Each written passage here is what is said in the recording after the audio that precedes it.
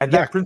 that principle still exists in the Tongan constitution today, even though he divvies it up to noble estates and to the people and everything, and the king doesn't use it. And part of the reason why Tonga was able to withstand colonization by European powers was because it was more difficult. The closer you got to Tonga, the more difficult it was to own the land, because theoretically it still belonged to the king. So it was enshrined in the Tongan constitution, and that was like a double layered protection. And so you kind of have this fairness where you can use the land, the king's not going to use it, but ultimately it's going to return to the king because it belongs to the king. So when you look at, that's one of the proofs that Tonga is also the cradle of the rest of the Pacific, of the Polynesian Empire, is that these sort of principles are basically Tongan principles that a lot of these far-flung islands kind of were not able to maintain, because they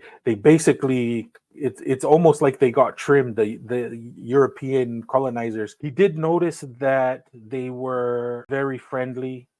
It seemed like they were more peaceful than a lot of these other Polynesian islands, because there was a lot of political infighting going on all the other Polynesian islands. It was the Civil War period in Tonga that was kind of like the final nail on the coffin, that kind of cut off for about 2.5 generations Tonga from the rest of the Pacific islands, especially Polynesian islands. The Inasi is in July. The first fruits is in December. I mean, yeah, you're bringing in tribute, but it was the opportunity to trading. So I mean, he even.